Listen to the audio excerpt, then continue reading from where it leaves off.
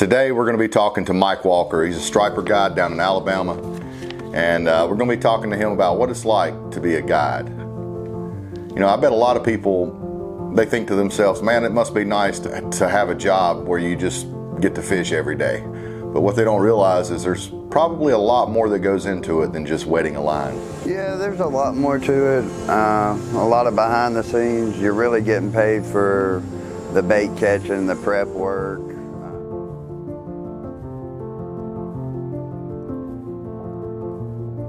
I love fishing on my days off. You know, the difference in somebody that does it for the job and somebody like me that is doing it for a job, but I still have a passion. Most guides are taking their days off, or most guides are taking trips and putting people on fish, and you know, it's really about turning the dollar and making money. I spend a lot of my time making less money, but trying to catch the right fish, because to me, catching the right fish is more important than the money. I'm doing it for a living, and I've got to feed my family, but at the same time, I will sacrifice money to catch bigger fish. Sacrifice more time. I'll sacrifice driving to North Carolina to get trout. I'll drive 6 hours just to have an advantage on somebody. There ain't a lot of guides. I can name a couple, and you know, guys, whether I like them or not. Billy Davis is one of them. He works hard. I mean, you want a guide that wants to fish on his off time. You want a guide that all he does is think about catching fish. You don't want a guide that's really ready just to put you on and take you on the tour and Cape cruise you. I read somewhere that most professional fishermen, like a guide service, are either divorced or single. So it looks like you'd need a lot of support from your family. Oh, it's definitely hard. It's a hard family life. I mean, for professional anglers, they spend a lot of time on the road. And I used to bass fish a lot and really changed what I was doing. I was tournament fishing and changed what I was doing to guide so I could at least center my away time more closer to home. I wouldn't be on the road being a guide as much. I could get back home more often. But it does take a strain. You're going to spend a lot of time away from your family. When you come home after long hours, you're going to go to sleep. And I got 4 kids, 2 in college, 2 young ones. It can be done, but you definitely have to have the right support around you and a woman that's there really to support you and help you. Let's talk about cost. The cost of your equipment, the cost of your gear, you know, being responsible for people's safety. It looks like there's a lot of overhead. Is it worth it? I mean, what's worth it? Every day I go out and get the fish. I do spend every penny I got on top of the line equipment, because missing one fish to me ain't worth saving $1. But I don't know. I mean, you can make a living.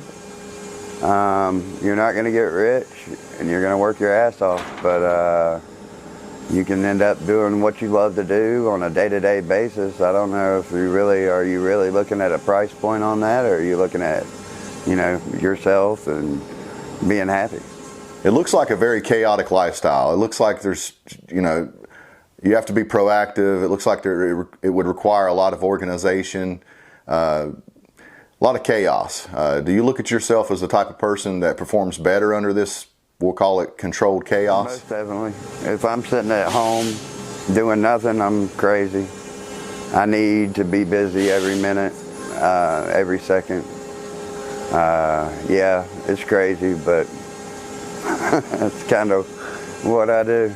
It looks like it'd be a lot of work, you know, from prepping the boat and the gear, the constant expectation of catching fish, still trying to find time for your family. I could see where it'd be a lot of work. I mean, I love fishing, and I give it probably more time than I really should, but at the same time, I do make time for my family, of course, which comes first. But I mean, we do live in a time and a day that you have to work.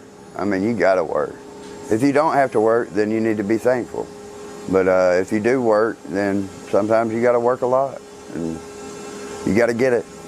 A fisherman can tell if someone has put everything out on the water and tried everything, but you know as well as I do, you're still going to have those days where the fish just aren't going to cooperate and you're going to get skunked. So how does that conversation go with your clients? You know, how do they react on those days when you get skunked, and is it on a? I'm sure it's on a client to client basis, but you know, how do you deal with that? Some of them are all right. They understand it. It's fishing. Others are confrontational, disrespectful, and then others they're not going to say anything. You can kind of feel it, but it's just part of it. I mean, if I wanted to not have pressure, then I would go out to catch fish. I don't go out to catch fish. I go out to catch big fish. So instead of pressure, I've got more pressure. But that's what I like. I mean, I couldn't do this a day to day, going out catching 3-pounders. Knowing I'm gonna do it every day, yeah, that's a great feeling, knowing you're gonna make your clients happy. But doing repetitive every day with no hard day, nothing to keep you going. I need the drive that big fish and finding quality fish makes me fight every day. I'm gonna go home with the day you're talking about where the people are pissed. And yeah, I'm gonna be pissed, but I've done it for 12 years. I leave the day at the lake, try not to take it home to my family, and go back the next day and figure out where I messed up or what I need to do today to make it happen for the next people. Well, thank you, Mike. I appreciate you sitting down with me for a few minutes and answering a few questions. I hope that it gives some people some insight on what it's like to be a fishing guide. Oh, yeah. Is that good? That's good. Is that all right? Yes, sir. Do you have enough? Look at the purple and the blues. Yes, look at these gold eyes. Oh, man, guys, that's a beautiful guys, fish. we really into fish here. Yep.